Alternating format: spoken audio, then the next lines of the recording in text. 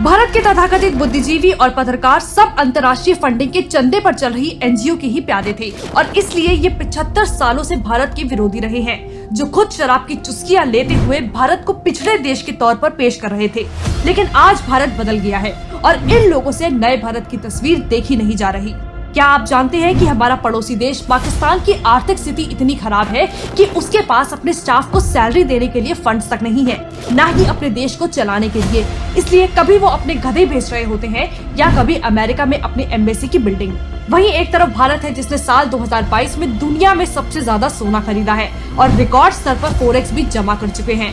जिस अरुणाचल की जमीन को नेहरू और उसके बाद की कांग्रेस सरकारों ने अपने चीनी प्रेम के चलते कभी विकसित नहीं किया, आज वहां भारत सियोम ब्रिज और अनेकों सुपर स्ट्रक्चर ब्रिज बनाकर तैयार कर रहा है। कभी फ्रंटियर हाईवे तो लड़ाकू हेलीकॉप्टर के लिए हेलीपैड और अनेकों बस्तियां भी बसा रहा है और ज्यादा से ज्यादा सैनिकों को तैनात कर रहा है जो चीनियों को पीछे धकेल रहे हैं। कोविड और यूक्रेन युद्ध के बावजूद भी भारत की महंगाई दर आज काफी नियंत्रित है, वरना दुनिया के विकसित देशों में शामिल ब्रिटेन, अमेरिका, यूरोप में महंगाई दर भारत से लगभग दोगुनी है। वैसे ये जानकर बुद्धिजीवियों और खासकर कांग्रेस के पेट में दर्द होना तो बनता है, लेकिन ये तो बस शुरुआत है। आज से पहले आप सुनते होंगे कि लोग न्यू ईयर, क्रिसमस पर छुट्टियां मनाने गोवा जाते थे, लेकिन अब ये विदेशी इटालियन और शराबी कल्चर छोड़ लोग धार्मिक स्थल जैसे वाराणसी और उज्जैन जाना पसंद कर रहे हैं। वाराणसी ने तो इस न्यू ईयर गोवा को ही पछाड़ दिया। जिन मुगलों ने हमारे मंदिरों को नष्ट किया, उनके प्रेमियों जो लोग काशी और उज्जैन के पुनर्विकास से बौखला रहे थे, उनके मुंह पर ये खबर किसी तमाचे से कम नहीं।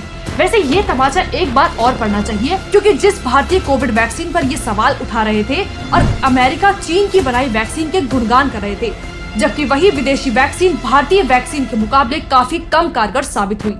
ये जयचंद भारत की क्षमताओं पर तरह तरह के सवाल उठाते हैं, लेकिन कोई इन्हें बताओ कि वो भारत ही है जिसने चाहे खिलौने का निर्यात हो या मोबाइल फोन का, सब में रिकॉर्ड तोड़ तरक्की हासिल की है और चीन को इससे जोर का धक्का लगा है क्योंकि भारत ने उसे पछाड़ दिया। हमारे देश का विपक्ष कदम कदम पर देश के सांस्कृतिक इतिहास पर झूठ उस पर कीचड़ उछालता है। उनकी मुगलियाई सोच किसी से छिपी नहीं है और इस सोच को बच्चों के दिमाग में सालों तक भरा गया। लेकिन अब NCERT की किताबों में मुगल नहीं बल्कि भागवत गीता का ज्ञान होगा।